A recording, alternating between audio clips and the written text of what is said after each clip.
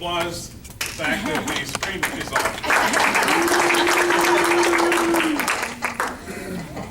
It's great for us to be here. I'm Joe Wycoff. This is my wife, Pam Wycoff, and we couldn't be happier to be here. And we've watched a lot of what you guys have had going on. Last night there was something when we walked in, and you guys were talking about some type of technology and evidence in debate, right? Yeah. I have no idea what was happening with all of that, but it's amazing to watch so many people with their head down on their computer, and it seemed as though that you were following along, and I thought, what smart people. Because that would not be the session that I would have been at. How many of you are in TERP oratory coaches? How many of you are debate coaches? How many of you do it all? Okay, that's really, I think, a really pretty good cross section. I want to get us off to a really nice, informal, emotional start, so I'll just ask a question. Is Kansas a Democrat state? I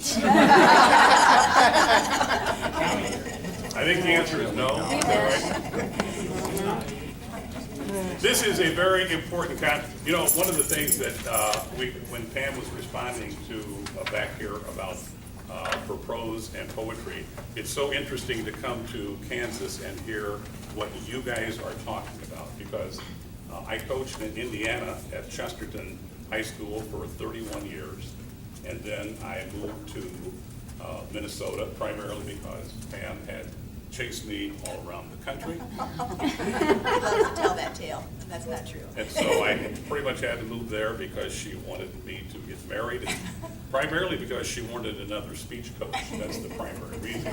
So I spent 15 years in Minnesota before I retired in 2013. Pam retired at the same time. But you know what? At the Indiana speech and debate conference that we had, or the Minnesota conference that she primarily goes to, we talk about the same things that you guys are talking about now. And one of the comments that was made, I don't know everybody's name, but what's your name? Aaron Deckens. Aaron. How many of you know Aaron? How many of you like Aaron? Okay. All right. Some people, the jury, Aaron, is still out. That's okay. But he made the comment, and this isn't on our agenda, that I really liked, and that is that what you really can't stand when it comes to the rules, there's the big picture, what the rule's supposed to do and why it's there. The people who can't wait to get you. And it's not because the rule's right. I mean, it's not because what they're saying is right.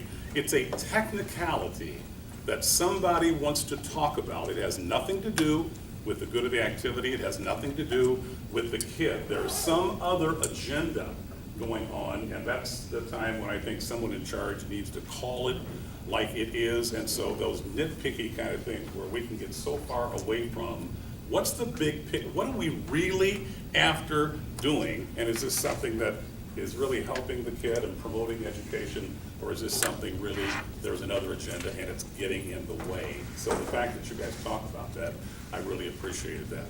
Now, what's the last session you have for today? This one. We are it, right? Business luncheon. What's after this? Business luncheon. And then there's the luncheon. That should be, I hear it's a pasta bar. How many of you are on a diet? Pam, you're on a diet? Well, yeah, always. This is an important conference. There was another conference that was also important between a superintendent and a school principal and a teacher. And the conference was so important that God came down to listen. And so the superintendent was talking, and he said, you know, what I really would like is for all of my schools to have enough technology so that every kid could take a computer home and they could be savvy with technology. But then he started to cry because he knew that would never happen in his lifetime. And then the principal started to talk, and she said, you know, I just wish that we had numbers of courses in the electives, because with everything happening with state testing and in the core classes of math and English and so forth, many of those elective classes are going away.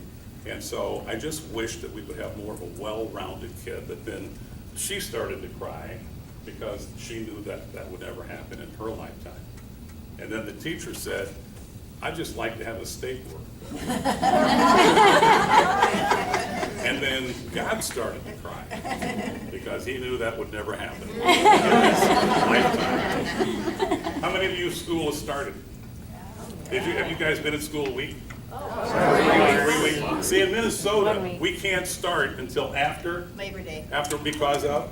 Because the northern tourist economy with the boundary waters and all the lakes, land of 10,000 lakes, they want to be sure that everybody has their last weekend of the summer. So teachers go back the last workshop, so I was back last week, but the kids showed up on Monday, or Tuesday. We don't have classes. It's a state fair. I was gonna say. You can't start in Minnesota until after the state fair is over. And so we couldn't start until, what was September 2nd or something?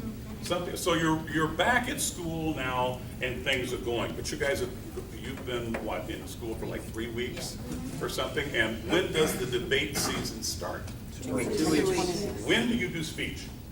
So you have it divided, right? Now, that's the way Minnesota is. Minnesota has debate, and then they have speech. When I was in Indiana, we did them both all year long. And I think there are advantages, maybe for both particular systems. But this is the point, that it doesn't really matter what your season, how long it is. To really be competitive, you've got to work all year round. If you're coaching speech and debate, you're doing stuff all year round. And some of the stuff talked about last night about different priorities and so forth, I think that that's totally true. And so one of the things that we want to do for today is this. We come to you as teachers. How many of you are teachers? I was an administrator. I apologize. I was an administrator for 12 years. And the one thing that I missed doing administration was that I was no longer around kids. Everything that I did was involved with something maybe relating to, but I didn't really know people's names. And I realized after a point that I should have been the poster child for the Peter principle. Because everything I was no good at, I was in charge of. And everything I loved, I had nothing to do with. And so I thought you need to make some type of a change coming up here. You guys came to this conference, and you're at this workshop now for the time that we have for a reason. If I ask you, what are you here for? You should have an answer, right? Right now at your tables, because you're going to be involved with this for today, would you tell each other, what are you here for, and what do you want answered about each other? Go. I just have a product.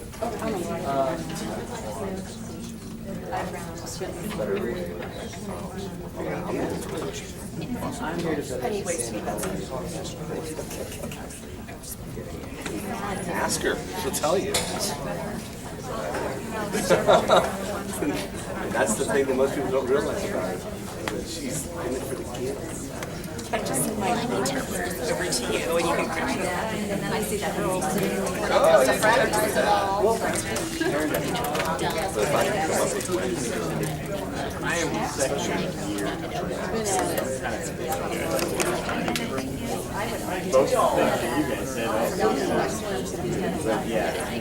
Okay, you ready? Give me some responses. Give me some responses. My wife is very politically correct. I am not politically correct. So you ask their question to give a comment, and one of us will probably answer. Okay, but if we don't get to it right now, hopefully we get to it later, either at lunch or after lunch, whenever we can see you. Because now, do you see this packet that you've got? Who do you think made that packet? Pam. Joe or Pam? Pam. That would be Pam's packet. Round of applause for Pam for putting that together. So if you ask something, I may say it's in the packet. And if you say where, I don't know. You got to look for it. That's your job. Okay, give me a question, a comment, something about interpretation. What was the question you had at your table? Basically, how to help my students be more self-reliant when going out and finding pieces and cutting them rather than relying on me to just give them stuff that I've done or stuff that's been used in the past. Like really helping them get into the literature, understand the characters, and then finding ways to cut it without me having to baby them through the preliminary process. Yeah, okay, yeah. People say that about speech being fun. Is the activity fun? Well, I'm gonna admit to you right now, for me, winning is fun. I like it when we win. Now, let me explain what that means. Winning to me means when you make them take it. You don't have to necessarily win, come out in first place, but you make the opposition beat you because you have done absolutely your best. And if you do that and they beat the best that you have, then obviously you have won, in our opinion. That for me is a good time. For kids or coaches, what really I think gives you the confidence is knowing that you're competent. And so often kids and coaches don't really know, am I competent? Am I any good? Which is part of what we're going to talk on for today. Giving you steps so that you can say, you know what, I see that. It makes sense. And I think that I can do that. And when you begin to have that feeling, and your kids also, that's when they start having the nerve and the confidence to say, I think that I can do this on my own, or at least get started. All right? What else? Give me another question. What came up at your tables? How to steer a kid away from a piece that doesn't fit them How to steer a kid away? in time to still get them into the event. Yeah. Yeah, well, that's why they call you coach. And there are kids, they have a particular bent and they're strong at certain things and not strong at maybe other things. And that's when you have to be able to say, I don't really think that that's where you belong. So sometimes we have to say, as coaches, this is an area that you should go in.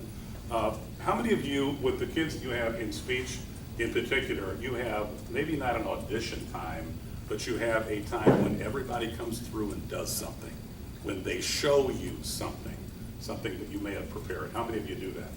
And then don't you go through by every kid and mark down possible events that you think, yeah.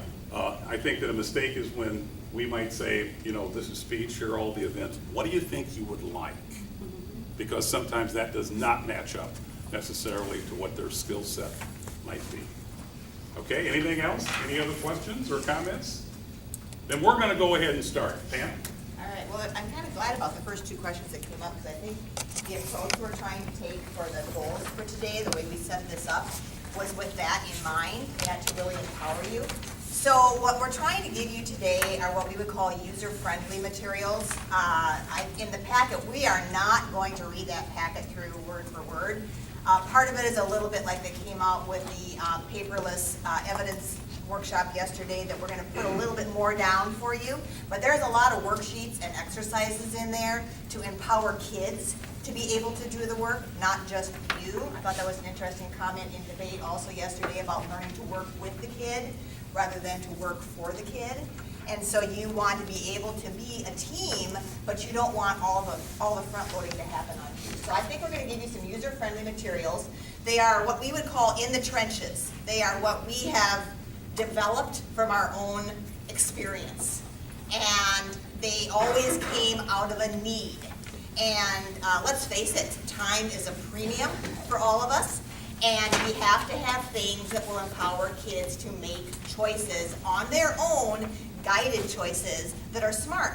And we found that if we front load it with the information in advance, they have a better chance of making really good choices. So, Okay, can I make a yeah. comment? I coached for 41 years, and Pam coached for 34 years. She's still mentoring the program in Apple Valley, but I hung everything up after 46 years of being in education. Folks, how many of you teach all day? We taught, she still does, all day.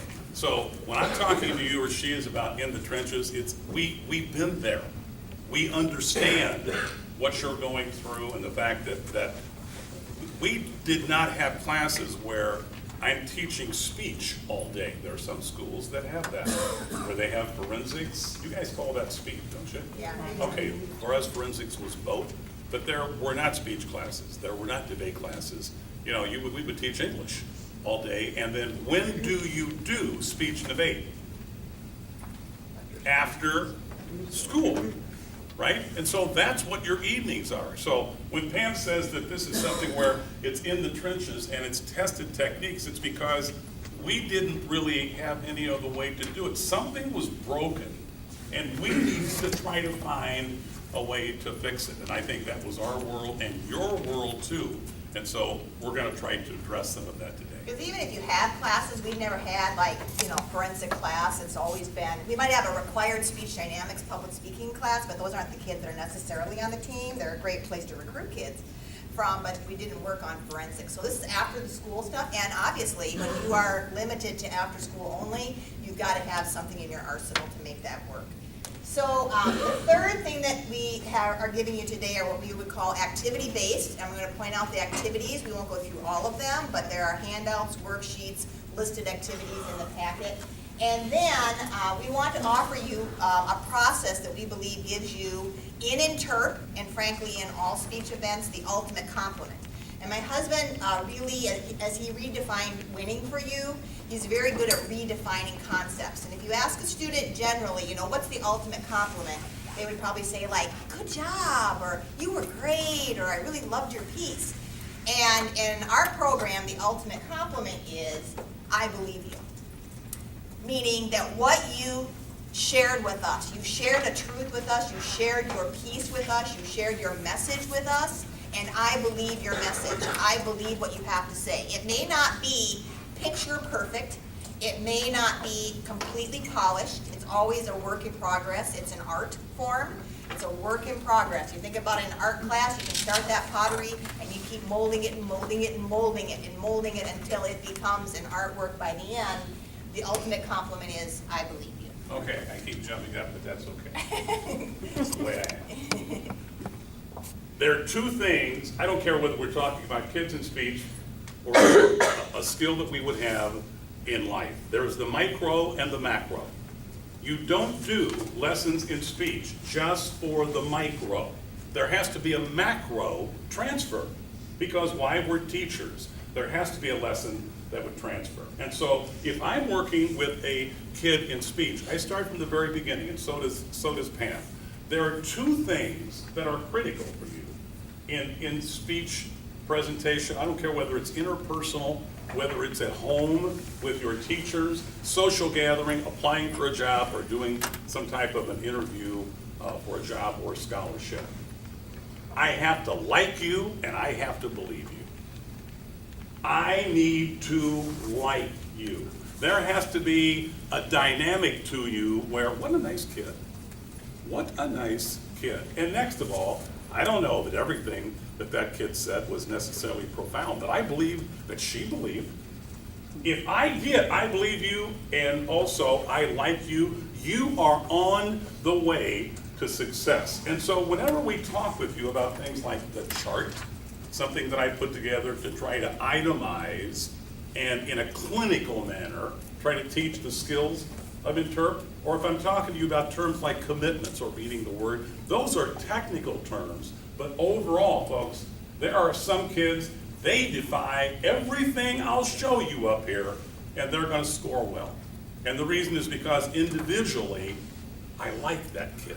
That kid is really honest. And so often, I mean, yesterday there was a question or a comment made about if you could change one thing. What was that? That was in the retirement thing. If you could change one thing, what would it be, right? If I could change one thing right now for some of the, and I don't want to be the guy who's retired who's now complaining about everything, but it really is something where I don't know that I always see honesty in presentations. I see a lot of other things happening, but I don't know that I believe them. I know that they've watched the videotapes, we've watched the videotapes and we've taken things apart, which is a smart thing to do.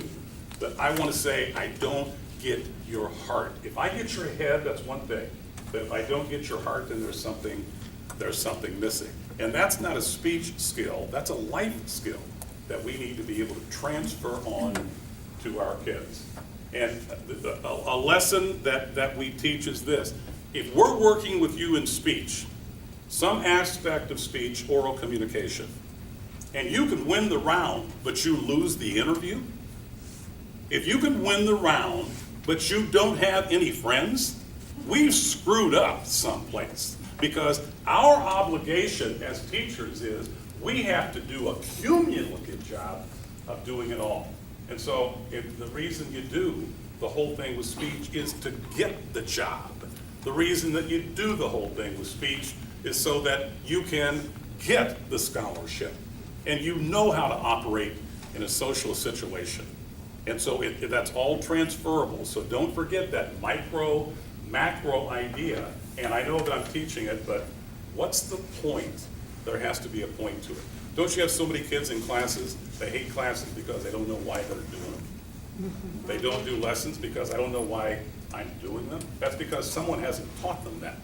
Someone hasn't shown them the applicability of here's why you do that and then apply it. Speech coaches, you've got the same obligation as the educator in class. Why? Because we're good teachers. That's where it all starts.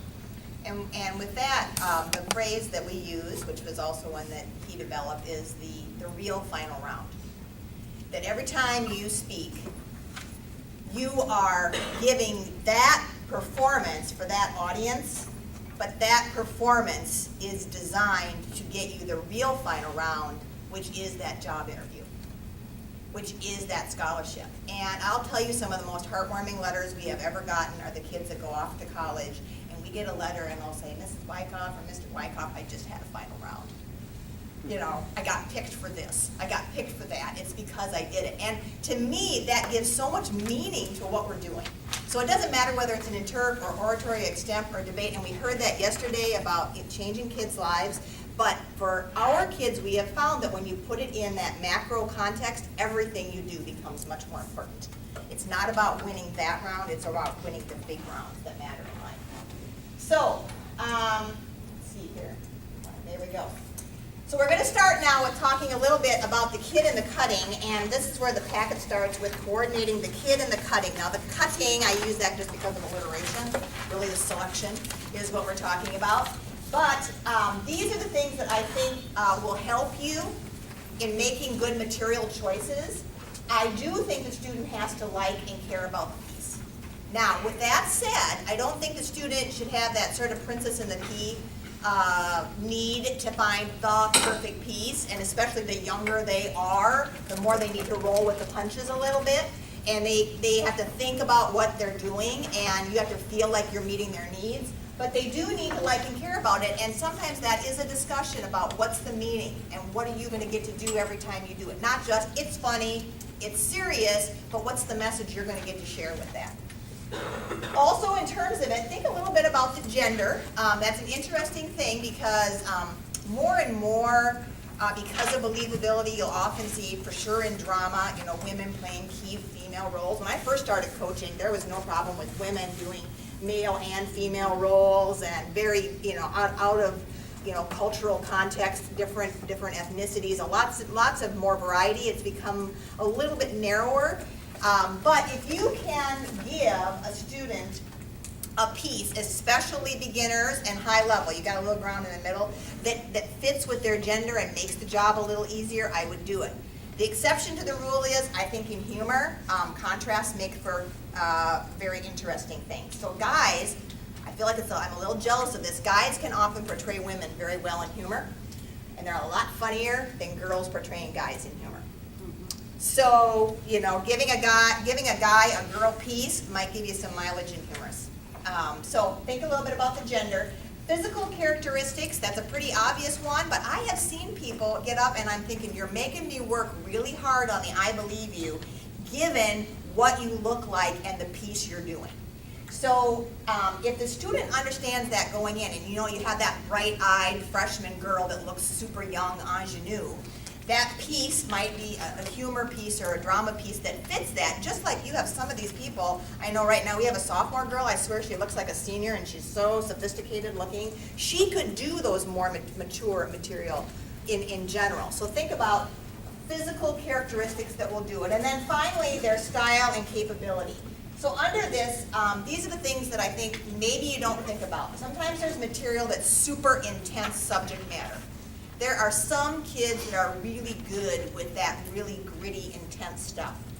Other kids have to have material that's a lot more, I think, easier and not as intense for them. I think a little bit about some of the students we've had, even like Brian Porter with gross indecencies and some more mature subject matters, and he can handle the intensity of that. And you have to think about the subject matter.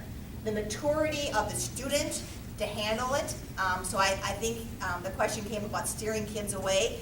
Give them that out. You know, this is your novice year. This is your second year. Save that piece for your junior or senior year when you're really ready for it.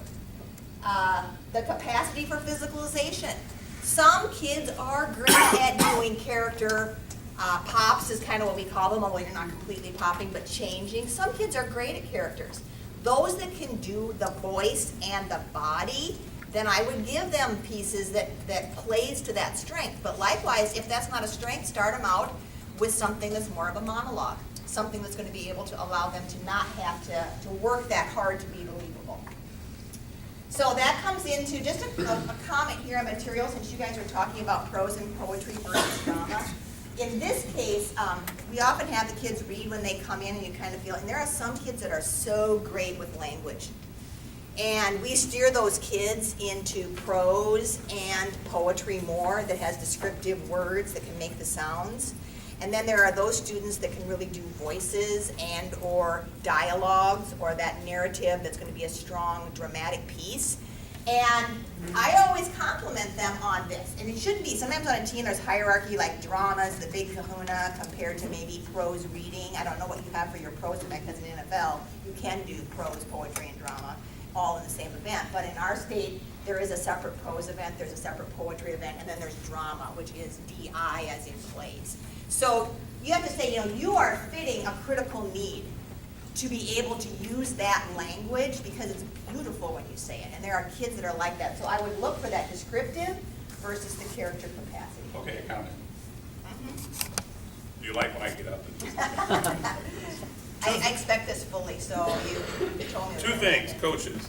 You have to be careful in the beginning about the kid who will come in and you've got a number of kids on your team and they'll treat you as if you are the forensic pharmacist. And they'll tell you what they want. And they really are good. You know, I'd like for you, Mr. Wycoff, can you give me, I want to play a girl, but I also want the girl to be German because I'm taking German classes right now and I have a really good accent. But in addition to that, is it possible that you could also find something where there is a Japanese character too? Because I can do languages really well. And so they'll go through a whole litany as if all you have to do is go to the pharmacy and just pull the lever and out comes the play with all of that in there, and you run around trying to find that for the kid as opposed to saying, well, no, that's not the way that we're going to do this. Just like the kid who would say, I'd like to have a play, Mr. Wycoff, that maybe like has 5 or 6 different characters. Well, you know what? You can do 2 characters when you prove you can do 1. You can do 3 characters when you prove you can do 2, etc. If there is any problem, if you would say, Mr. Wycoff, I'd like to lose in humor or drama. How can I do that? Well, there are 2 things that you should do. Number 1 is when the judge says, I can't understand what's going on. Or number 2, I don't know who's talking. I don't know who's talking and what is going on. And I've got to tell you that there are cuttings, and that's a whole other lecture to do how to put a cutting together, but where I think right from the very beginning, I don't care whether it's humor, drama, or duo, I don't know what is happening. There's someone talking, I don't know who they are. There's an aspect of the plot, I don't know where that came from. So the value of simplicity, coaches, right in the very beginning, is really critical. Well, we're gonna, first of all, pick something where the number of characters, and there's nothing wrong with a monologue, you can do, and next of all, it's going to have a simple plot line that everyone is going to understand. After that, you can add But right off, let's make sure that not only do you not work them to death, you don't work yourself to death too in the process. And in terms of that clarity, I know that sometimes during the season, like if I've been working with someone and I think it's completely clear, because I read the play and I understand what's going on, and then he takes a look at it, he's like, what is that? Or where did that come from? And then I know the backstory of where it came from, but in the cutting, it's not clear. So, just doing a reality check on clarity is not a bad move at all. So, with that said, we're going to talk about analysis of material. So that's the second thing that's in the packet. This is the one that I've kind of whittled down, and this is the only one where I gave you more notes because that lecture in itself could be an hour. When we talk with the kids about it and we do it that long. But I wanted to really, in terms of empowering kids, this is the easiest thing for them to want to skip. They don't really want to do this. They want to get up and perform. It's kind of like everybody on your team wants to be an actor, and you know full well that some of them should be in public address. Just like almost everybody that's a freshman thinks they're funny. And you have to convince them that maybe that serious side of them is really where their strength is. So, the analysis is where they lose it, and that's the ground floor of understanding. So, why do you do it? It's to make choices. The first one is to actually create the character on the outside. If you help them understand, you aren't just reading the play to figure out the theme. You are reading the play or the selection to actually understand who that character is on the outside. And we're going to show you some skill builders that we do to find out, posture, voice, facial expressions, mannerisms, all those things that you pick up from it. But we also want to be able to create the character from the inside. It's not just who it is on the outside. And I honestly think a lot of kids and coaches do a great job of working on the outside, making the characters distinct and very physical or vocally different. But the inside is where you lose some of the depth of the characters. And humor characters can still be funny and more deep. They don't have to be superficial. They can be very real. That's actually what you laugh at the most. If you want, even on comedies, I think about shows on TV that are really funny. I laugh at them because they remind me of someone that I know in a family or friend. I mean, when there's that hint of reality that you're like, oh my gosh, that's like my Aunt Ginger. And that's when it makes it really real. So these are the reasons that we do it, is to create the character on the outside and the inside. So we call this understand and innerstand. The understand is who they are on the outside, even more so when you read for that, and the innerstand is just a made-up word. The innerstand is who you are on the inside. And I would have them approach the literature with trying to figure both of those out. Now, with that said, it says right on the handout that obviously another reason to analyze this is to get the overall theme and message. We're not ignoring that because I think that empowers the student when they're performing. But the point we're trying to make here is for characterization, you have to know who they are on the outside and the inside. So, in terms of inner stand, this is where you are having motivations, the overall moment, and the particular moment. So we're going to hopefully see, we have little things we can pull in and out depending on how long our time is, but we have a drama cutting a little bit later that we were going to show you. So just to kind of set that up a little bit, it's a student who's doing a piece called White People. And John wanted to do something that was making a social statement. And so the overall point of the piece was him trying to reconcile his feelings as a character about a race of people given an incident that he had had, and how he should not classify all people based on individual instances. And so that's the overall objective for this teacher who has to come to terms with that. But there are particular moments in there where there's other objectives, where you see in the beginning of the cutting, which we'd only be showing the end, but just to kind of set up, where he's going, I don't even know if I like being a teacher anymore. Because kids come into my class and I don't really think they really appreciate what I'm doing. I don't know if anybody even cares that I'm here. I'm just a teacher up here talking. So there's a moment in the beginning, he's not worried in that part in the piece that he's reconciling race issues. He's worried about, I'm completely lost. I don't even know if I should be here anymore. What difference am I making for kids and people? So have kids look at not just the overall motivation, but the particular one. Relationships too, I think kids are really quick to do literal ones. Like this piece is about a son and a mom. But the difference is, it's really about a son who resents the fact that his mom won't let him be the person he wants to be. And they have to go beyond that. It's not just a piece about a husband and a wife who are getting divorced. It's about a husband who wants to stay married and the wife who wants out. So help them dig a little bit into what the conflict actually is. Then in terms of feelings, we wanted to point out 3 things that we think are often underappreciated in cuttings and in performances.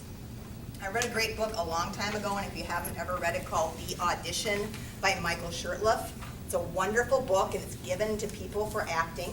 But they have in there 10 guideposts that actors should think about when they're auditioning for pieces. It's also got some great stories about Barbra Streisand auditioning and early in her life and things that she did. So there's anecdotal stories. But kids who really love acting, it's the easiest book that I've ever been able to show a student to read it. And in there, they reminded that there is love in just about every story. Because love is the most basic human instinct, and you need to find the love. So even if the husband and wife aren't getting along, it's because that love relationship is strained. But it's not about the fight, it's about the loss of love. Likewise, there's humor in everything. I think that's something that I see as a mistake in a lot of cuttings, is they're so heavy, there's no comic relief. You know, Shakespeare would bring in comic relief in all that tragedy all the time.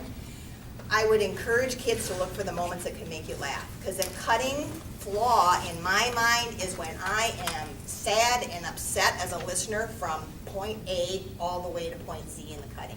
I'm exhausted by the time I'm done. I need a little relief. So if you can find that, I'm not saying to make it up, but if there's a way they could deliver that line, completely side different note, but I watch Rizzoli and Isles. Have you ever watched that TV show?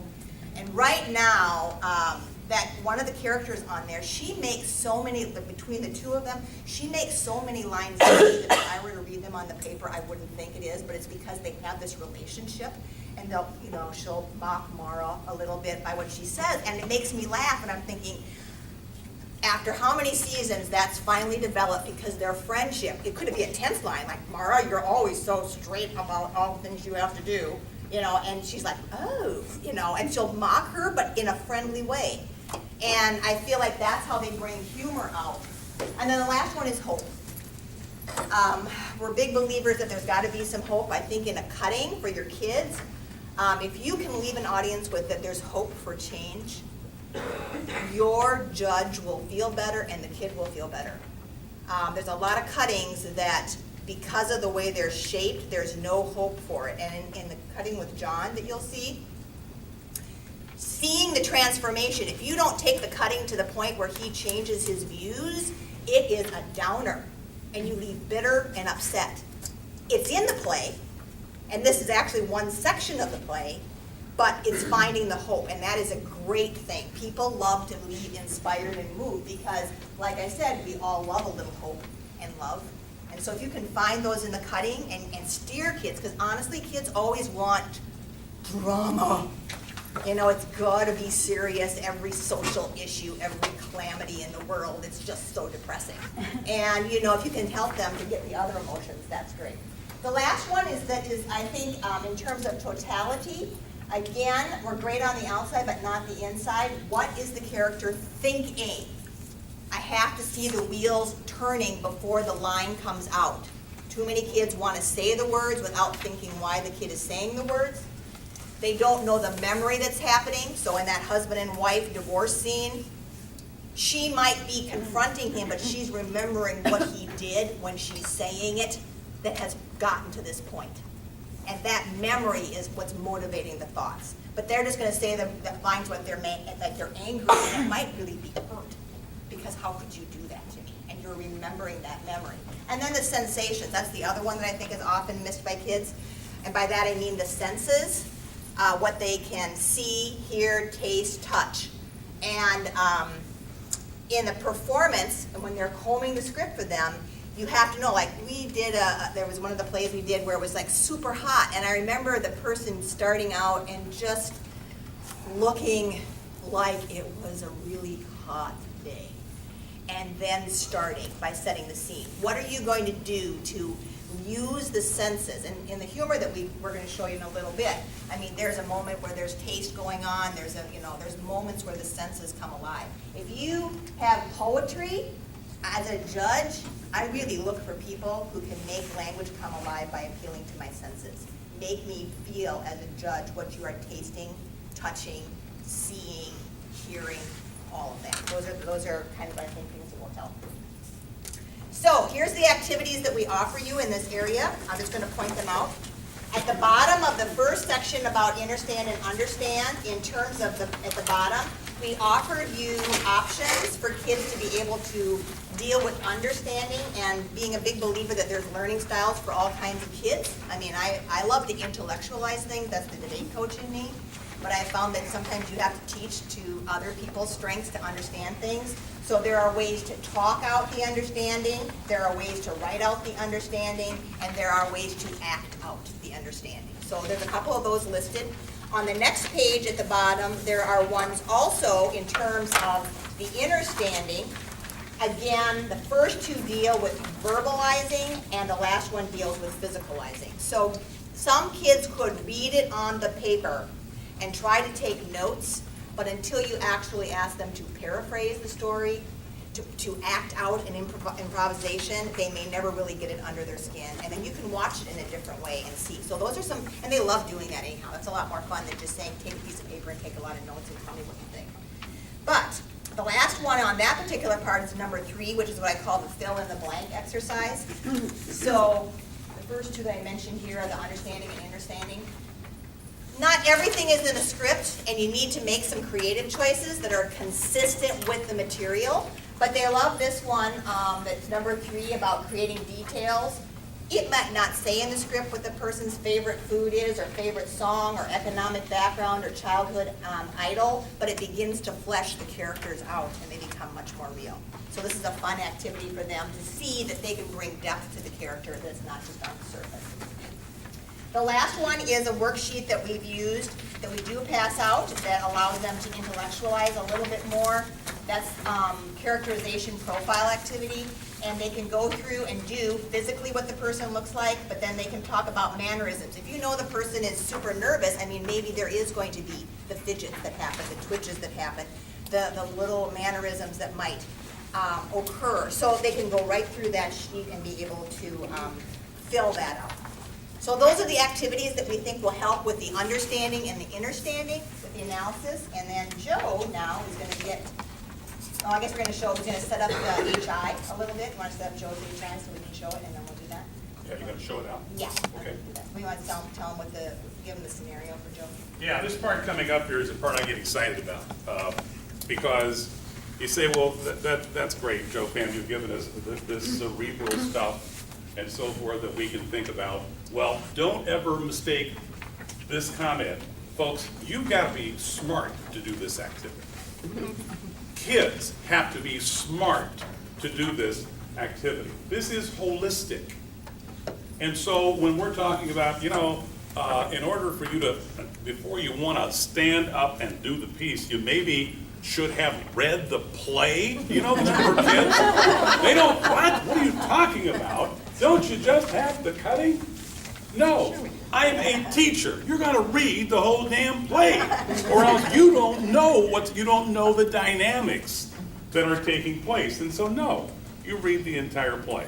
And so when we're talking about all this other stuff, it's like you have to do the groundwork first. And now we're gonna talk about how do you do it. Now give me one comment. Tell them about Jim Skeffington for not reading a play.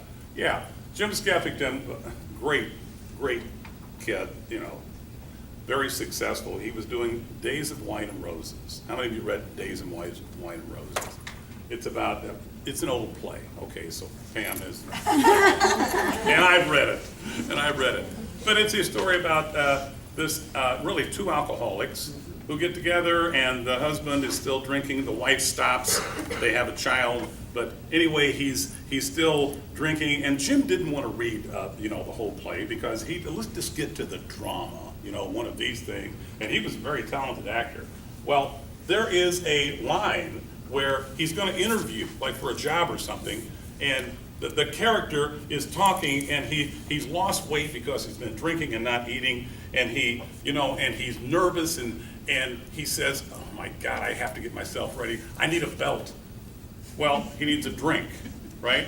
So Jim comes out, he's doing it for me, and he's saying, oh, I'm so nervous for this interview. God, I need a belt.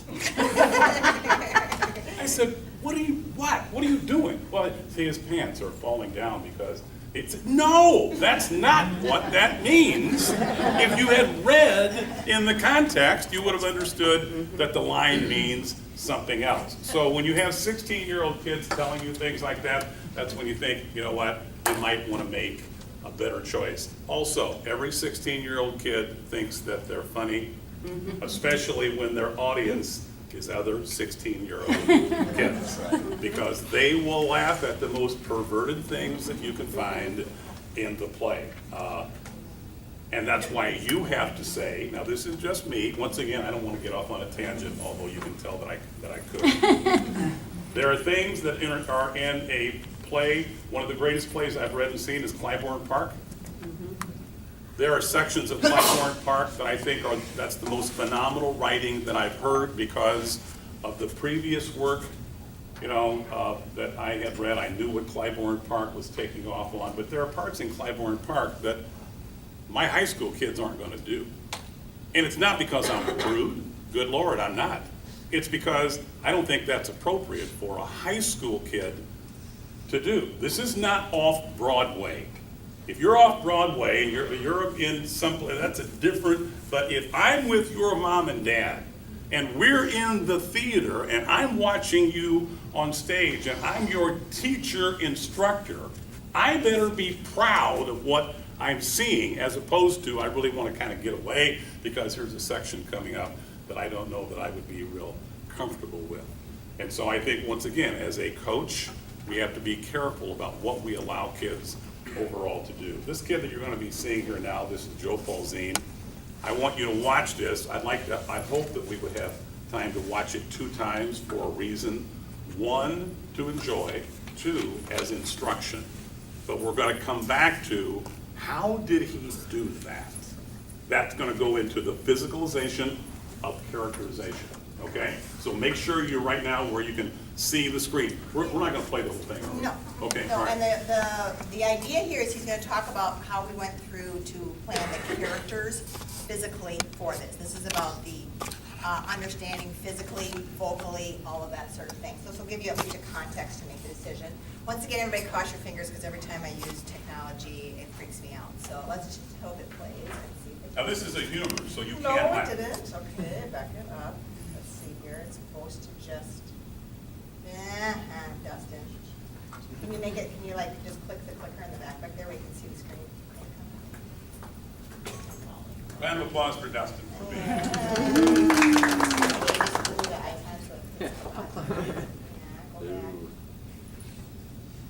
Yeah, that's what we got. Perfect. There's a joke in here that's appropriate for the time. Is it turned up? Now, being in school, tests are just a fact of life. I mean, we all have to take them. But have you ever felt small, irrelevant, or just plain stupid while preparing for a test? Oh, me neither. In the following play, little Tommy has a problem with spelling. So, he decides to disregard the example sentences given to him by his teacher, and instead, using his classmates as characters, create an exciting world of bravado and make-believe. It's kind of like how political candidates do with their military records. The year was 2005. John Kerry.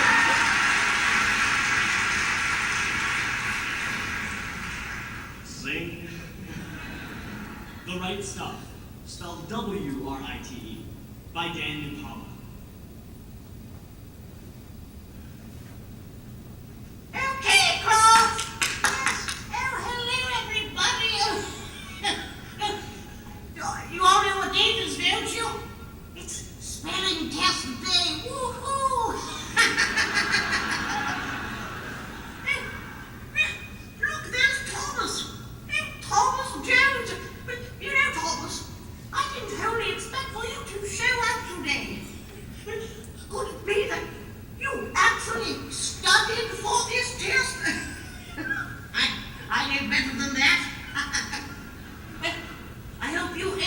breakfast.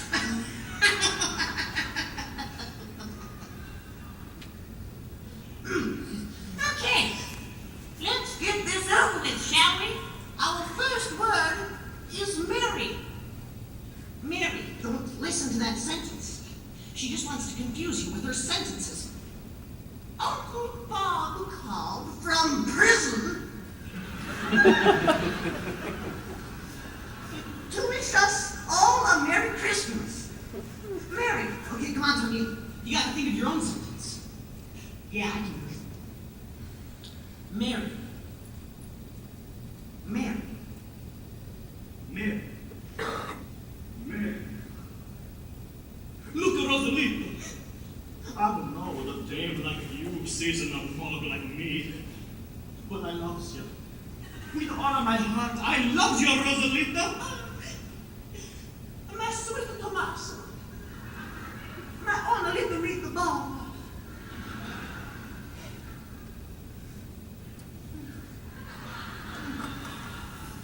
When I look into your candy eyes, I don't know some sweet dumpling cheeks you got up.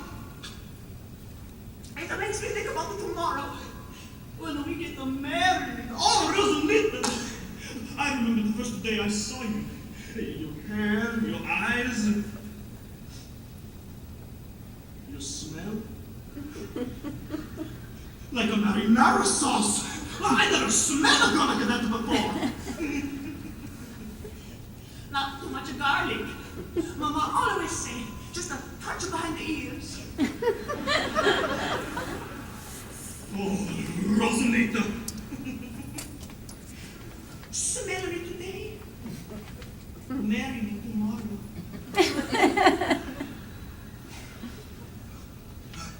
Marry me tomorrow. Oh, marry me tomorrow. Mary, Mary, Mary, Mary.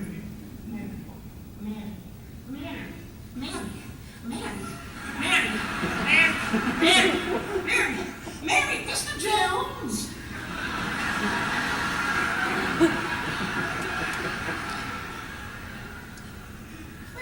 You have nothing written on the paper. Oh, sorry. I fixed that. I mean, I don't fix that. Mary. M-E-R-R-Y. Mary.